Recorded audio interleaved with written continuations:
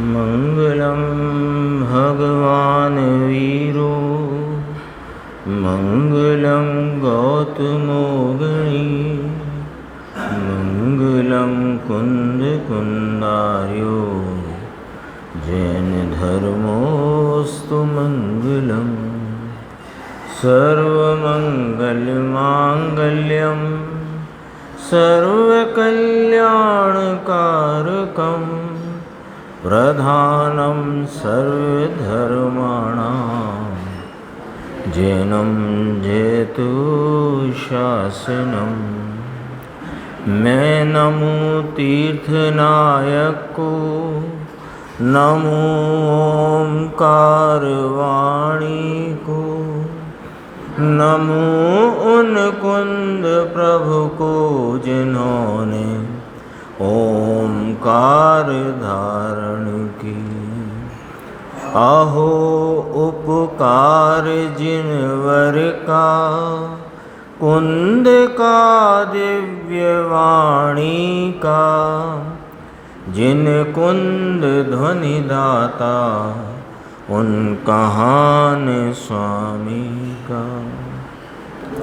णमियून जिणम वीरम अनंत वर्णान दंसण साहावम भोक्षामि नियम सारम केवली शुद्ध केवली फणिदम।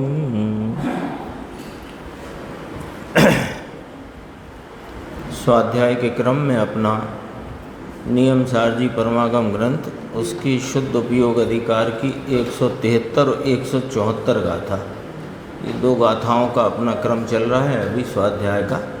और अभी हम जो गुरुदेव श्री के सीडी प्रवचन में सर्व विशुद्ध ज्ञान अधिकार समय सार परमागम के उसका 213 नंबर का कलश, उसकी व्याख्या अपन सुन रहे थे। इस कलश में आचार्य अमृतचंद्र भगवान फरमाते हैं कि इस लोक में एक वस्तु अन्य वस्तु की नहीं, इसलिए वास्तव में वस्तु है। वाक्य कुछ अटपटा सा लगता है, लेकिन इसमें रहस्य और मर्म बहुत गहरा है। क्योंकि ये जो विषय चल रहा है, ये विषय वस्तु व्यवस्था, वस्तु के स्वरूप को स्पष्ट करने वाला विषय है। देखो, इस लोक में एक वस्तु अन्य वस्तु की नहीं। पेज नंबर 151 पे अपन इस श्लोकार्थ देख रहे हैं, फिर गुरुदेव की व्याख्या में से कुछ अंश अपन देखेंगे। एक वस्तु अन्य वस्तु की नहीं, इसलिए वास्तव में वह वस्तु है, वह वस्तु ही है, ये निश्चय है।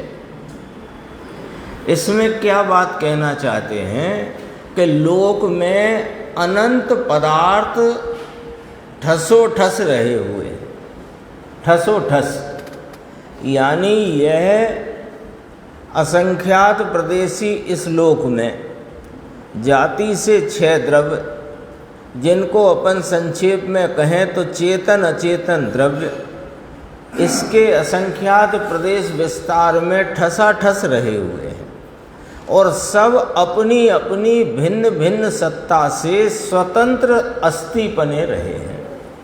तो उस बात की यहाँ घोषणा करते हैं कि एक वस्तु अन्य वस्तु की नहीं। तो जैसे यहीं ले हम, समस्त लोक तो बहुत विस्तार वाला है, अपन यहीं विचार करते हैं। यहाँ आत्मा एक वस्तु, अनंते कार्म पुद्गल परमाणु कारमाण वर्गणाओं से परिणमित वे, और यह 9 कर्म रूप से रहा हुआ शरीर आहार वर्गणा से परिणमित पुद्गल परमाणु, ये सब अनंत हो गए ना, ये ही अनंत हो गए।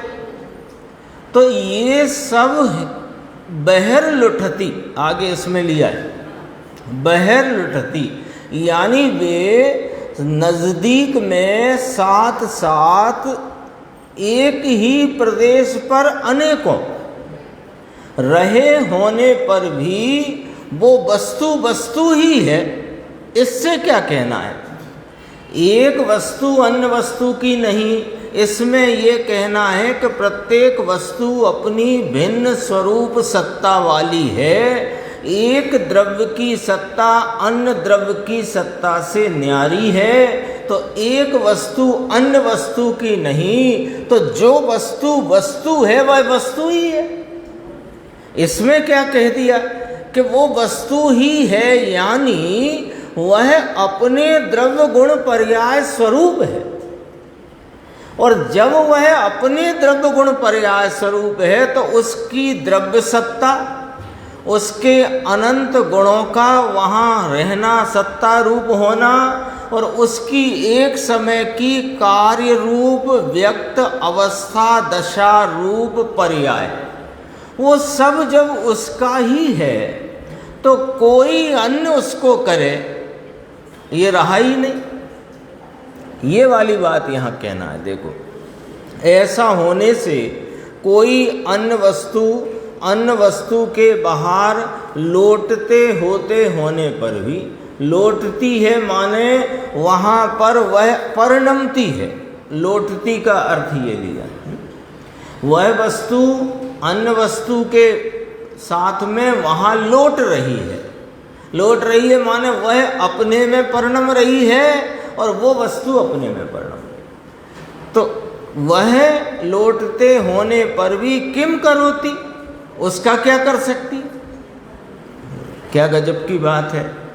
यह आत्मा एक कर्म परमाणु के उदय को नहीं कर सकता, उसका अपकर्षण नहीं कर सकता, उसका उत्कर्षण नहीं कर सकता, उसका संक्रमण भाव नहीं कर सकता, उसका बंध भाव नहीं कर सकता, क्योंकि एक वस्तु अन्य वस्तु की नहीं। सिद्धांत है और उसमें से अपने को निर्णय की कोटि में क्या नक्की करना है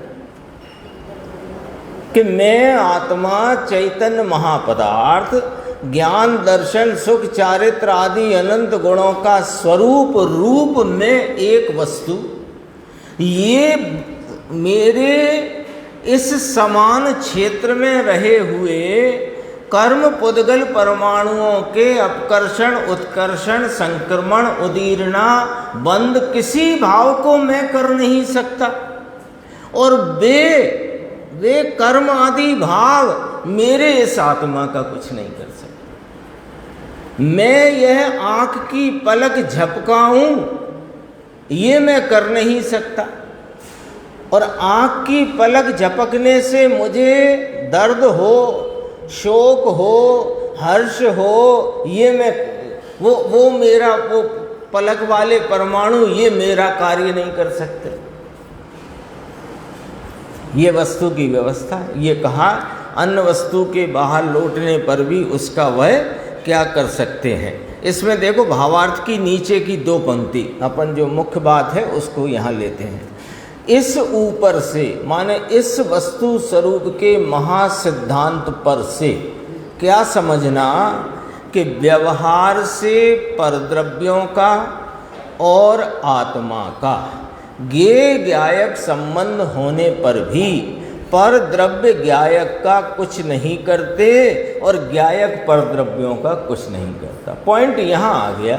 सिद्धांत तो अपन ने देख लिया, एक वस्तु अन्य वस्तु की नहीं, और वह जो वस्तु है वो वस्तु ही है, यह निश्चय है। और बाहर अन्य वस्तु के बाहर लौटती हो यद्यपि, तथापि वह उसका कुछ कर सके ऐसा नहीं। अब ये सिद्धांत खड़ा हो गया। अब अपन बात करते हैं कि आत्मा क्या करता है। मैं तो आत्मा हूँ ना, तो मैं तो ज्ञान दर्शन स्वरूपी हूँ ना, तो मैं क्या करूँगा कि ज्ञान करूँगा। जानना मेरा काम है।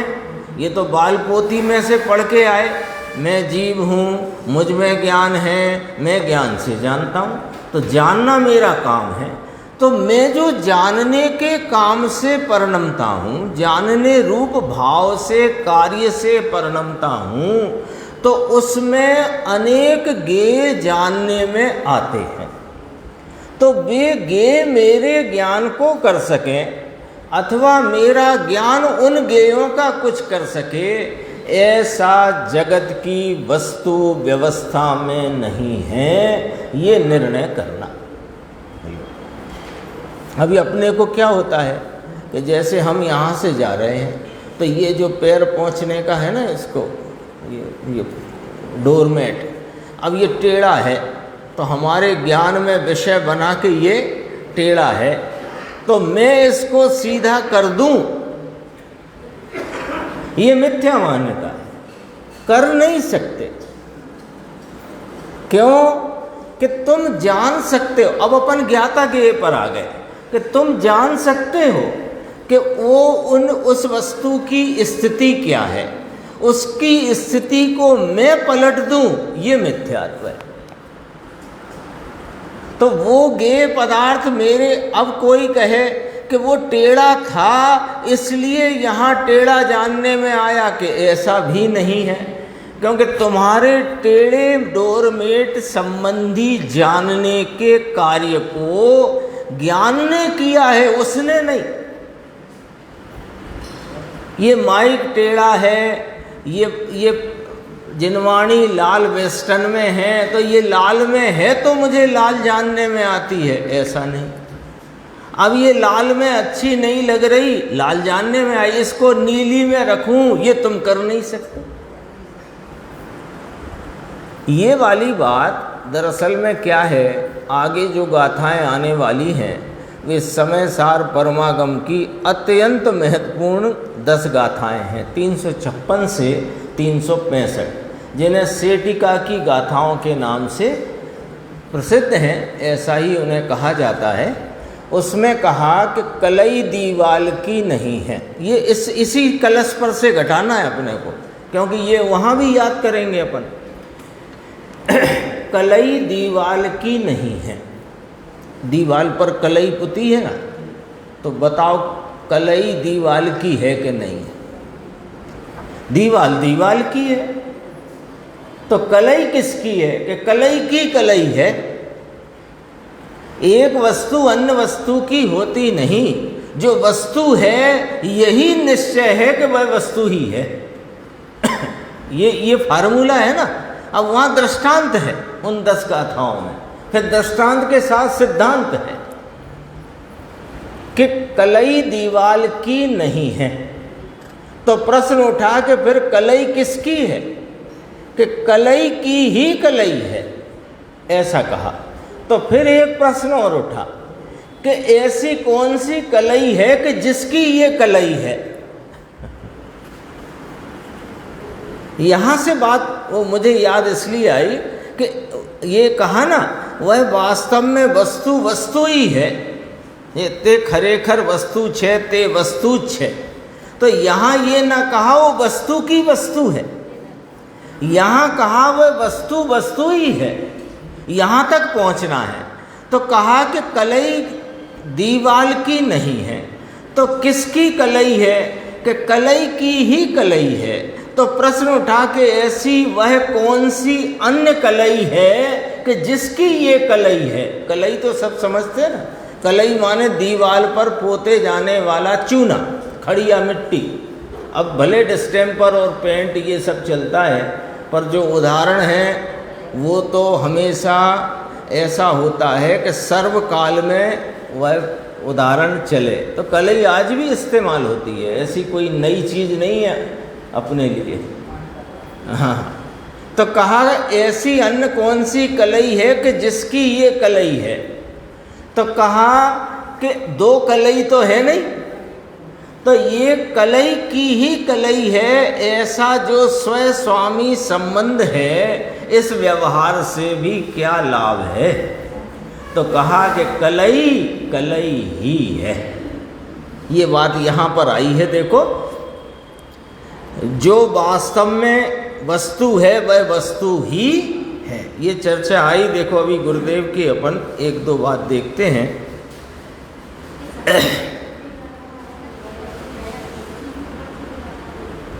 हाँ, वहाँ पर तो इस प्रकार से कथन करना था कि प्रमत्त यानी पर्याय भावों से रहित वह जो एक वस्तु द्रव्य है। यहाँ तो जो द्रव्य लिया वो द्रव्य गुण पर्याय वाला लिया। क्यों यहाँ पर्याय वाला क्यों लिया कि यहाँ पर्याय के बिना तो कोई होता नहीं ना। वहाँ तो दृष्टि के विषय रूप एकत्व विभक्त आत्मा को बताने की बात करी, जो आलम्बन भूत है, दृष्टि का विषय है।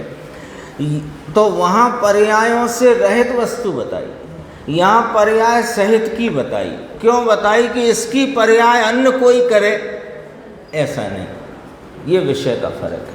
लेकिन यहाँ गुरुदेव ने एक पॉइंट लिया है, वो भी अपन अभी याद करेंगे, चूँकि बात उठ गई है तो देखते हैं। देखो अभी इसमें जो चर्चा थी, एक पॉइंट अपन देखते हैं, 155 पेज। ये गुरुदेव ने स्पष्ट कर दिया है, इसलिए इसमें अपने को ख्याल में आ जाएगा। देखो, इस लोक में एक वस्तु अन्य वस्तु की नहीं है, इसलिए वास्तव में वस्तु है वह वस्तु ही है। वस्तु है वह वस्तु ही है, ये वाक्य आया ना।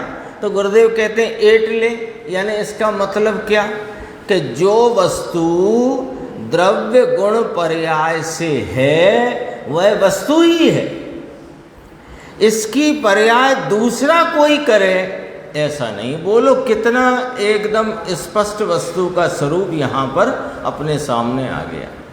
क्योंकि हमारा अनादिकाल से इस ही भ्रांति और इस ही प्रकार की कर्तृत्व की मान्यता में ही यह अनेक अनेक अनंते भव करते हुए चार गति में दुख भोगते आए हैं। किस मान्यता के कारण? कि वस्तु के स्वरूप के संबंध में भ्रांति और कर्तृत्व का बोझ, पर के कर्तृत्व का, इसी का तो दुख उठाया है अब तक। तो कर्तृत्व का जो बात है, यानी मैं पर का कर सकता हूँ, यह महाभ्रांति है, कुछ कर सकता नहीं है, ये वाली बात है। तो उसको यहाँ सिद्ध करते हैं। देखो इसकी पर्याय दूसरा कोई करे ऐसा नहीं, वस्तु है, ये द्रव्य पर्याय स्वरूप है, और द्रव्य पर्याय स्वरूप है तो उसमें पर्याय दूसरा द्रव्य इसकी करे, यह मानने वाला मिथ्या दृष्टि है। और सुनो जरा कड़क बात, ये जैन ही नहीं है, जैन को ये मानता नहीं है, अजैन है। जाओ,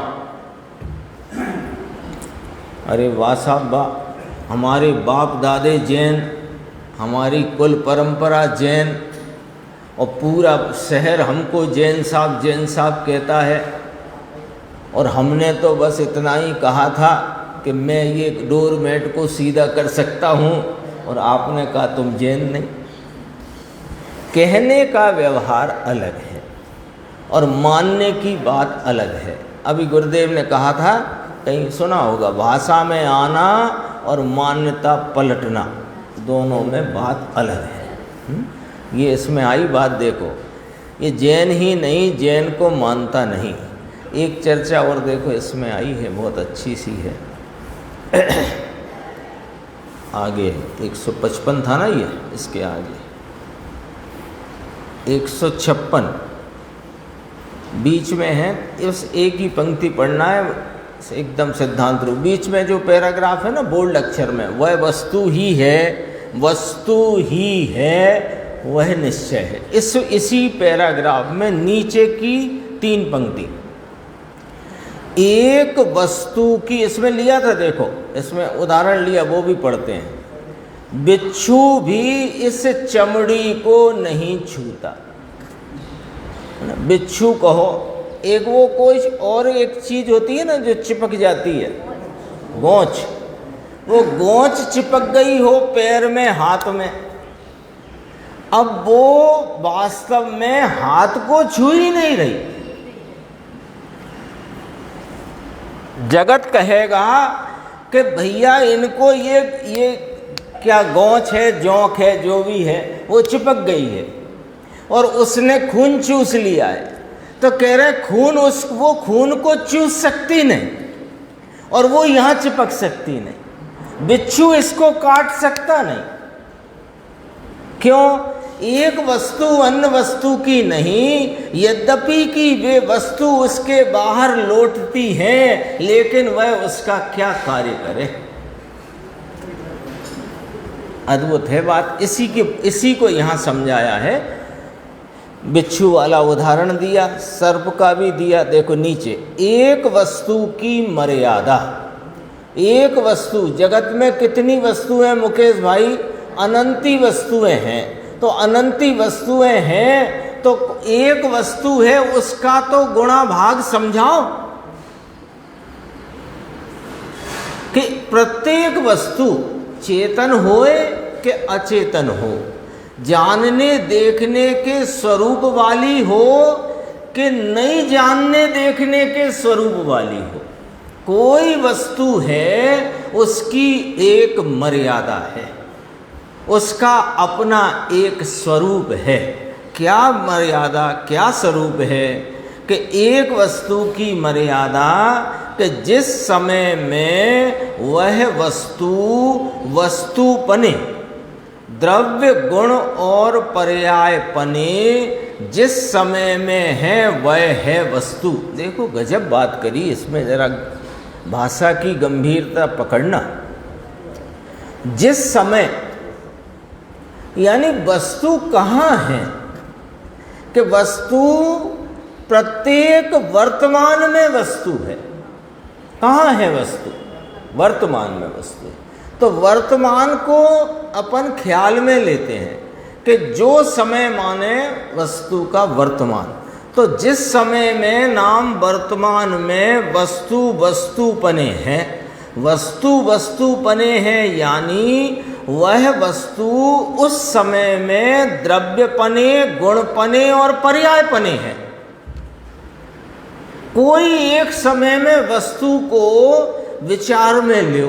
देखो ये निर्णय की बहुत एकदम समझो बहुत महत्वपूर्ण बात है।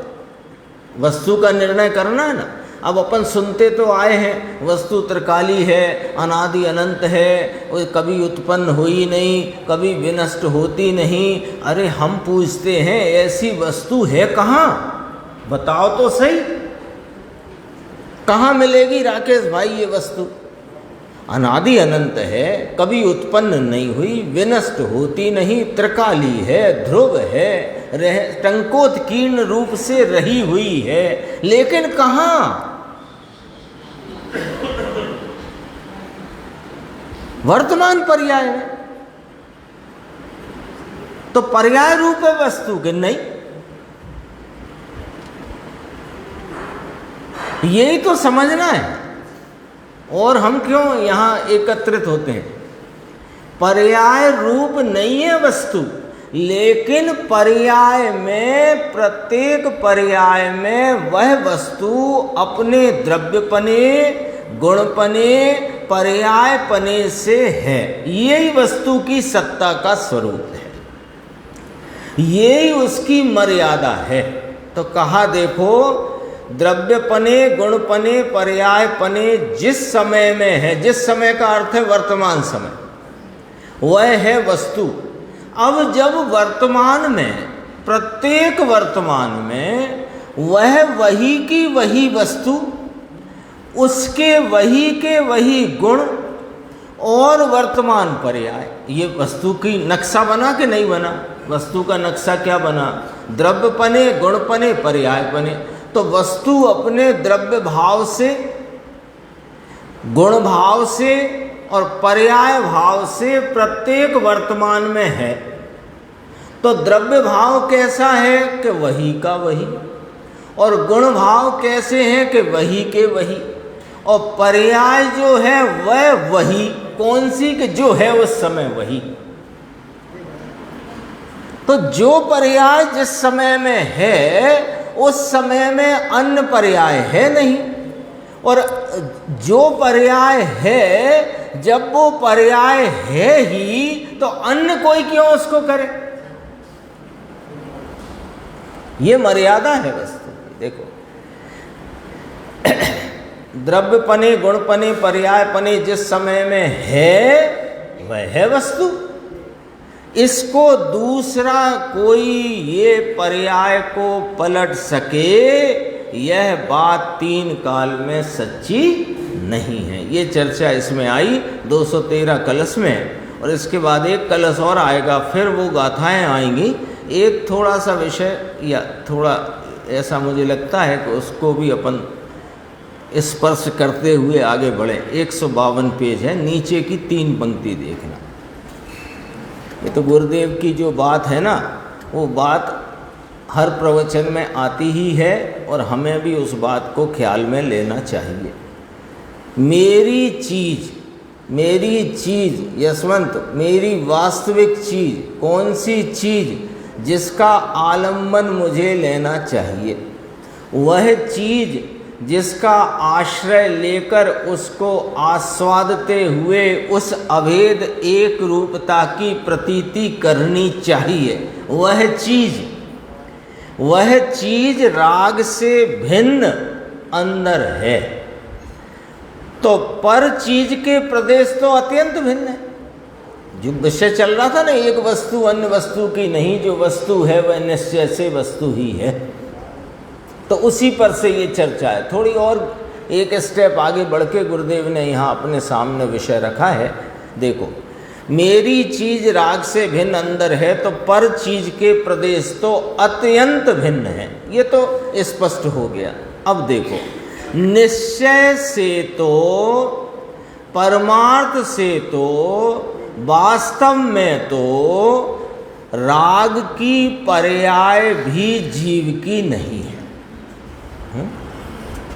एक बात, लेकिन राग को जाने ऐसी जो ज्ञान की पर्याय, ये भी जीव की यानी द्रव्य की नहीं है। ले साहब, ज्ञान ही द्रव्य का नहीं है।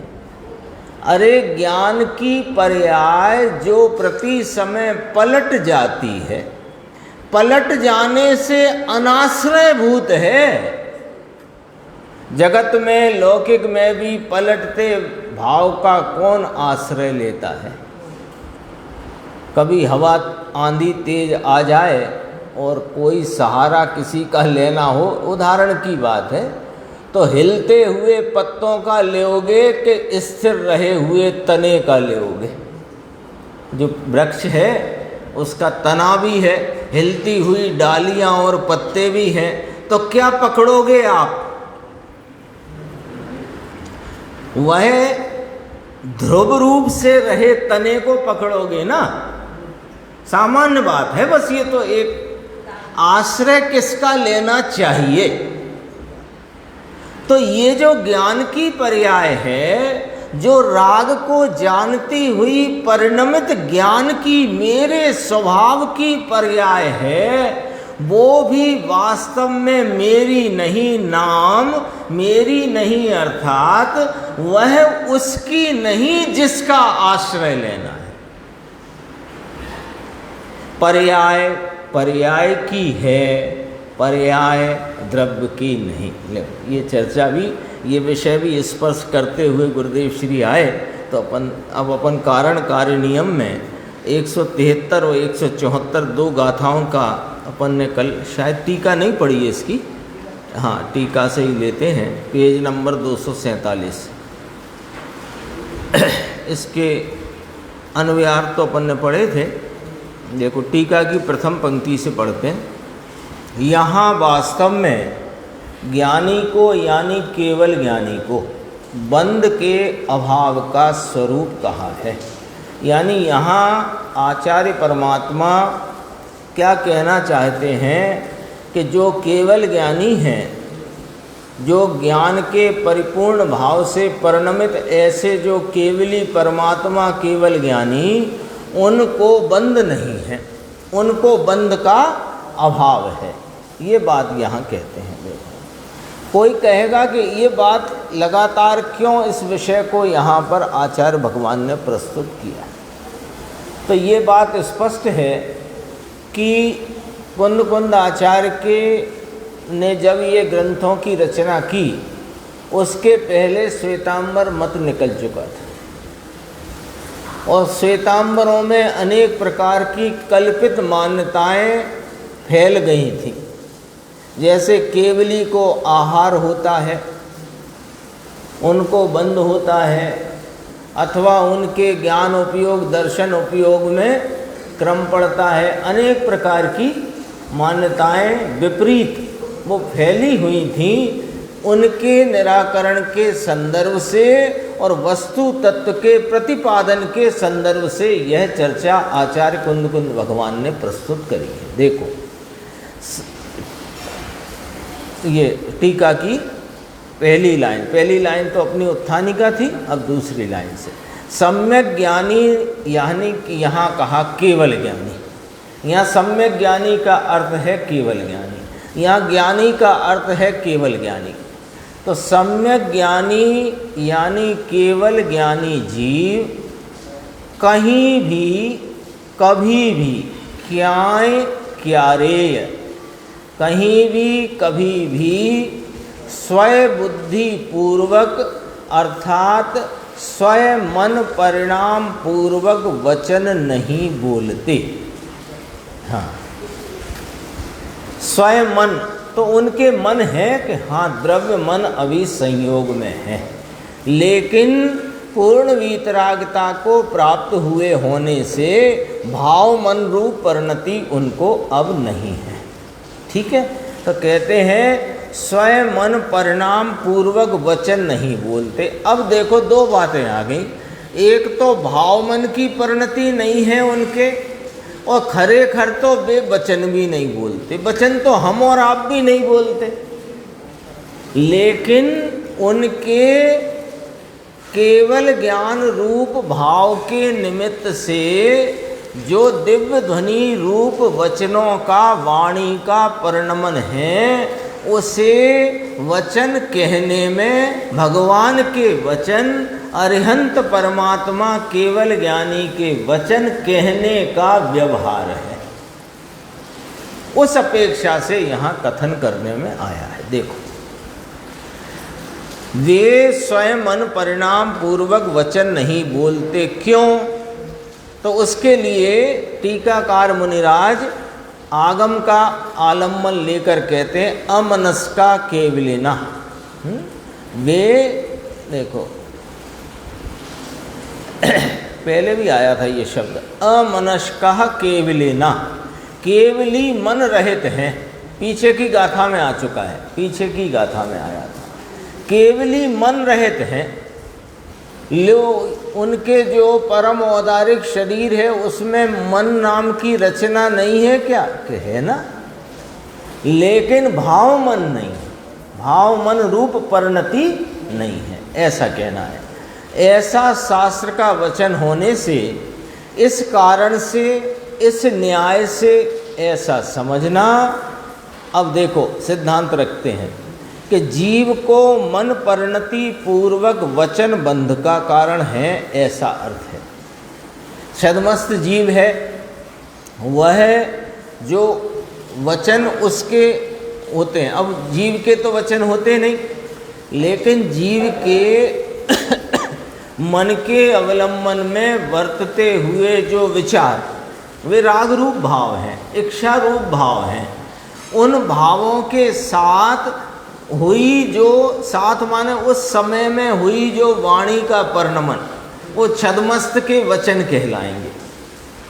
ये व्यवहार है इतना। तो वो छद्मस्त के वचन मन परिणति पूर्वक नाम इच्छा पूर्वक के हैं, तो उन उससे तो बंद होता है, ऐसा अर्थ है। और जब मन परिणति पूर्वक वचनों से बंद है, तो केवली को तो मन परिणति पूर्वक वचन है नहीं। तौल के बात करते, कांटा लगा के बात करते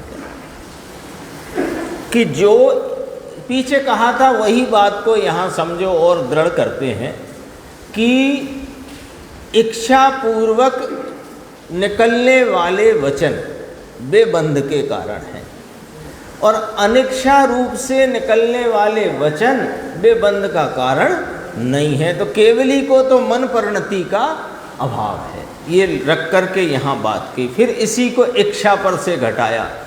इच्छा पूर्वक वचन ही सा अभिलाष स्वरूप जीव को बंध का कारण है और केवली के मुखार बिंद में से निकलते। जो सा अभिलाष है, इसका फुटनोट नीचे, जिसका स्वरूप इच्छा युक्त होए ऐसा।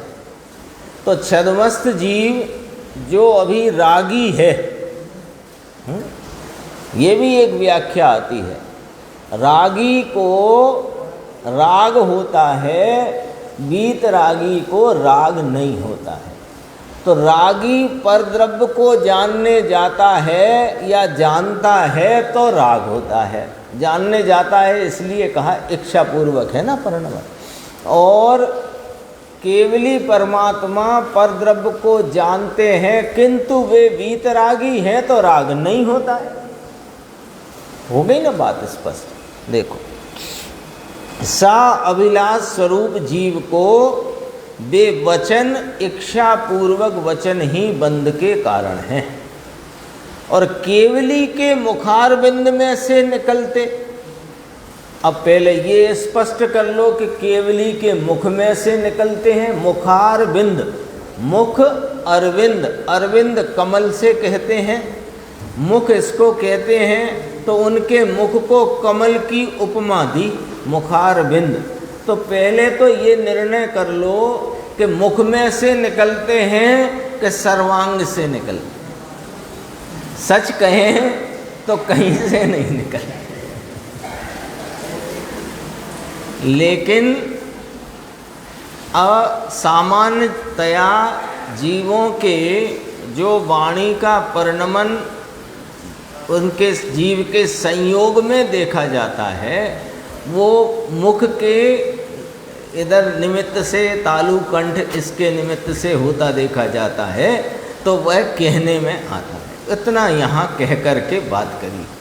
मुखार बिंद में से निकलता समस्त जनों के हृदय को आह्लाद के कारण भूत दिव्य ध्वनि, केवली परमात्मा के जो वचन कहे हैं, केवली परमात्मा के वचन ये व्यवहार से कहे गए, वे वचन समस्त जनों को यानी समस्त जीव राशि को हृदय को आह्लाद के कारणभूत हैं। ऐसी दिव्य ध्वनि तो अनिच्छात्मक नाम इच्छा रहित होती है। इसलिए सम्यक ज्ञानी को यानी केवल ज्ञानी को बंध का अभाव है। केवल ज्ञानी को बंध नहीं है। वाणी है, इच्छा नहीं। वाणी है, मन की परिणति नहीं, इसलिए उनके अबंध है, बंध का अभाव है। गुरुदेव का अपन देखते हैं व्याख्यान। देखो ये 248 पेज, बहुत अच्छा स्पष्टीकरण है। पहला ही जो पैराग्राफ पहले के बाद वाला, आत्मा सम्यक ज्ञानी यानी केवल ज्ञानी जीव कहीं कभी स्वयं बुद्धि पूर्वक अर्थात स्वयं मन परिणाम पूर्वक, मन के परिणाम पूर्वक वचन नहीं बोलते। क्या कहते हैं? अब देखो, अब स्पष्टीकरण गुरुदेव का। भाषा वर्गणा की वचन की पर्याय जिस समय होनी है यह होती है, आत्मा से नहीं। कौन माने बताओ, कौन माने? प्रश्नवाचक लगा। कभी विचार करा अपन ने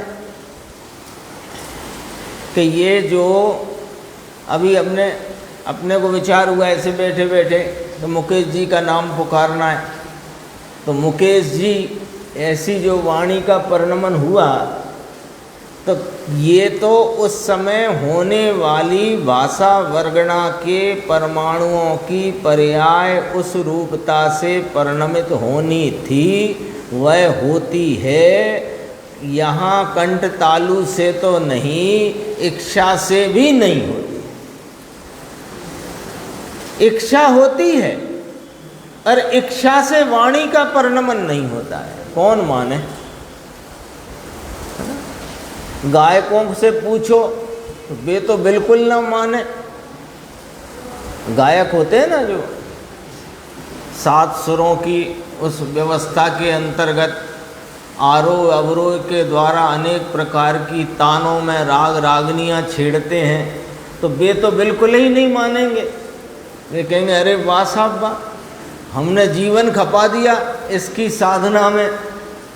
आप कहते हो कि वाणी का परिणमन अपने आप उस भाषा वर्गना के परमाणुओं के परिणमन का उनकी उस समय की योग्यता प्रमाण में होता है, तेरी इच्छा से भी नहीं होता है। बोलो कौन माने?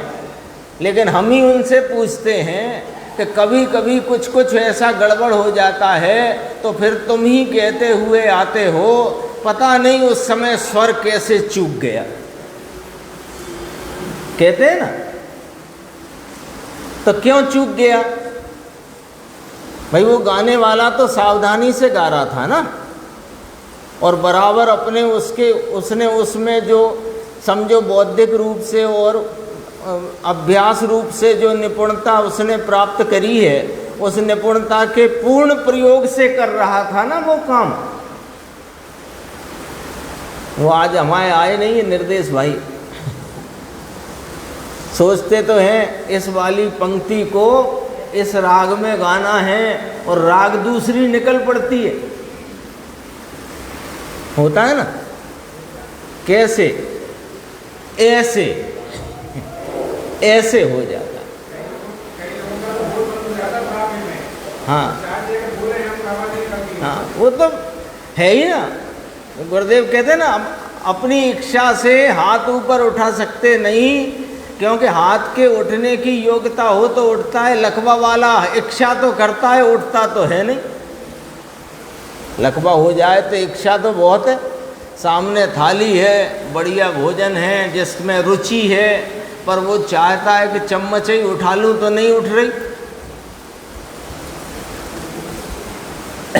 बहुत स्पष्ट है। देखो, जिस समय भाषा वर्गणा, क्योंकि चेतन में स्वयं पर प्रकाशक शक्ति, गंभीर है ये 2 पंक्तियां, जरा ध्यान से सुनेंगे पढ़ेंगे अपन। चेतन में स्वयं पर प्रकाशक शक्ति है और वाणी में स्वयं पर कहने की शक्ति है। वाणी में भगवान के कारण से वो शक्ति नहीं आई है स्वयं पर कहने की। बोलो, जो द्वादशांग रूप वाणी अथवा ओमकारमयी वाणी, उसमें स्वयं पर पदार्थों को कहने की शक्ति भगवान के कारण नहीं आई है।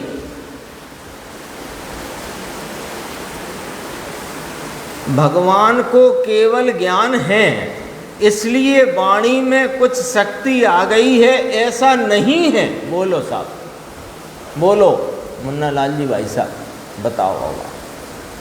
भगवान के ज्ञान में 3 लोक के सर्व पदार्थ युगपत प्रत्यक्षपने जानने में आ रहे हैं, इसलिए उनकी वाणी में आ रहे हैं कि नहीं नहीं नहीं, ये तो एक निमित्त नैमित्तिक व्यवहार है। वाणी में इसलिए आए नहीं है कि उनको केवल ज्ञान है। ये तो कोई माने नहीं, सच कहते हैं। जब तक वस्तु स्वातंत्र का और वस्तु स्वरूप की स्वतंत्र स्वतंत्र सत्ता और स्वतंत्र स्वतंत्र परिणमन की बात अच्छे से दृढ़ता से बुद्धि में नहीं बिठाई होगी, तो ये बात मानने तैयार होएगा नहीं कोई। देख लो क्या कहते हैं। बात झीणी बात है भाई। भगवान को केवल ज्ञान है तो छद्मस्त की तुलना में भगवान की वाणी में कुछ विशेष फेर फार पड़ गया है, ऐसा नहीं है। लो साहब, अभी तो इसी की टीका में कहा, समस्त जनों को आह्लाद पहुंचाने वाली दिव्य ध्वनि, वो दिव्य ध्वनि है, ये निमित्त पर से कथन है। दरअसल में वह तो भाषा वर्गणा के भाषा वर्गणा रूप परिणमित परमाणुओं के परिणमन की दशा है। छद्मस्त की अलग वाणी और केवली की अलग वाणी, कि वाणी में स्वयं पर कथन करने वाले भाव में फर्क होएगा, लेकिन वाणी की जात में क्या फर्क, ये वाली बात है। ये तो वही समय के वाणी के जो परमाणु भाषा वर्गणा पने थे, ये भाषा वर्गणा वचन वर्गणा पने हुए, इसमें आत्मा का अधिकार कुछ नहीं है। अरे केवली का कोई अधिकार नहीं है। केवली को तो इच्छा भी नहीं है। ये तो इंद्र इच्छा करे कि इनकी दिव्य ध्वनि खिरे, वे थोड़ी इच्छा करें कि दिव्य ध्वनि खिरे। वो तो बनाव बन गया था ना महावीर स्वामी के केवल ज्ञान के उपरांत। तो भगवान महावीर परमात्मा को थोड़ी इच्छा थी कि अब दिव्य ध्वनि खिरे, इंद्रों को थी इच्छा। विकल्प, इच्छा कहो विकल्प कहो। देखो पानी बहुत तेज गिर रहा है बाहर, वहाँ भी नहीं और यहाँ भी नहीं। लो भगवान केवली परमात्मा को भी वचन वर्गणा परिणमन भाषा बोलने में कोई अधिकार नहीं है, और आपका हमारा भी कोई अधिकार नहीं है।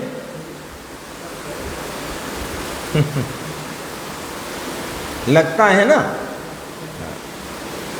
ये लगे और ऐसा माने, ये मिथ्यात्व है।